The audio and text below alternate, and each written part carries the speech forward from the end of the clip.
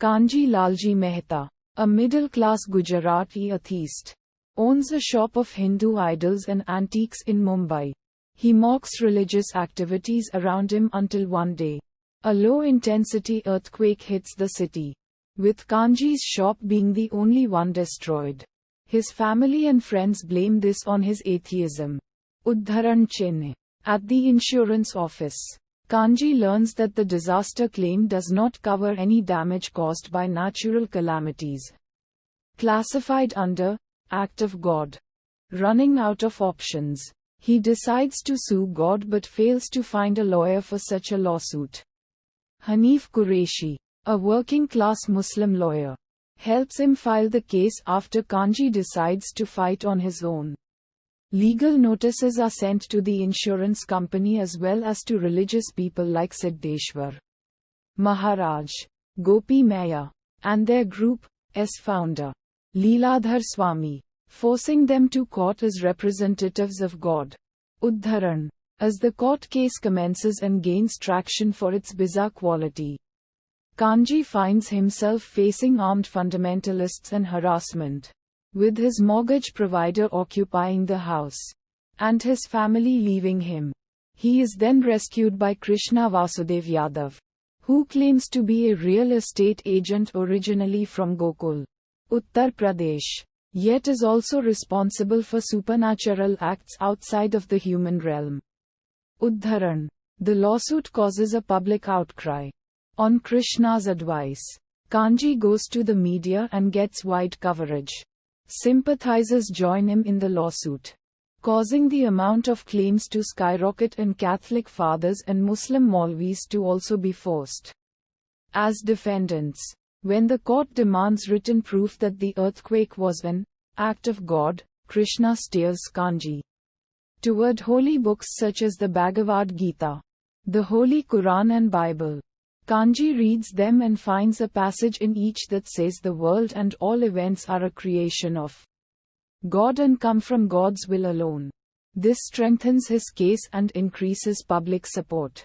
However, Kanji suffers a stroke in court and is rushed to the hospital where he goes into a coma and is paralyzed. When he opens his eyes after a month, he finds Krishna, who reveals that he is a god, and proves it by curing Kanji completely.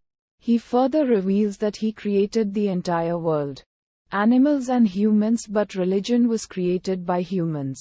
And he was the one who destroyed Kanji's shop because he sought to punish the godmen who showed his fear to the public, to earn money. He adds that he created the entire world, and thus doesn't like to live in temples contrary to what the godman claims, and he is not interested in the offerings he gets from devotees.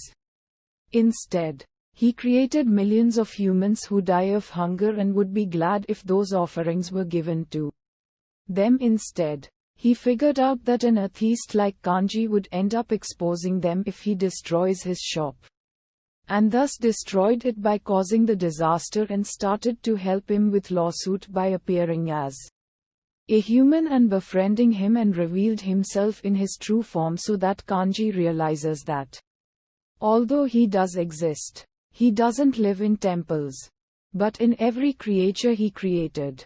Kanji learns that the lawsuit's verdict was in his favor, and religious organizations were ordered by the court to pay the compensation to all the plaintiffs.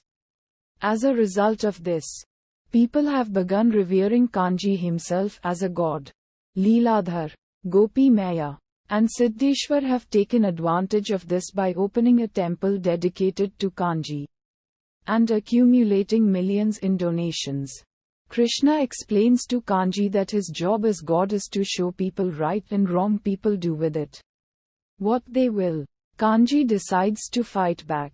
He breaks his own statue, admonishing the crowd about trusting in God-men. He advises them to search for God in themselves and in others, not in statues. That God is everywhere, not just in temples, and faith should come from within.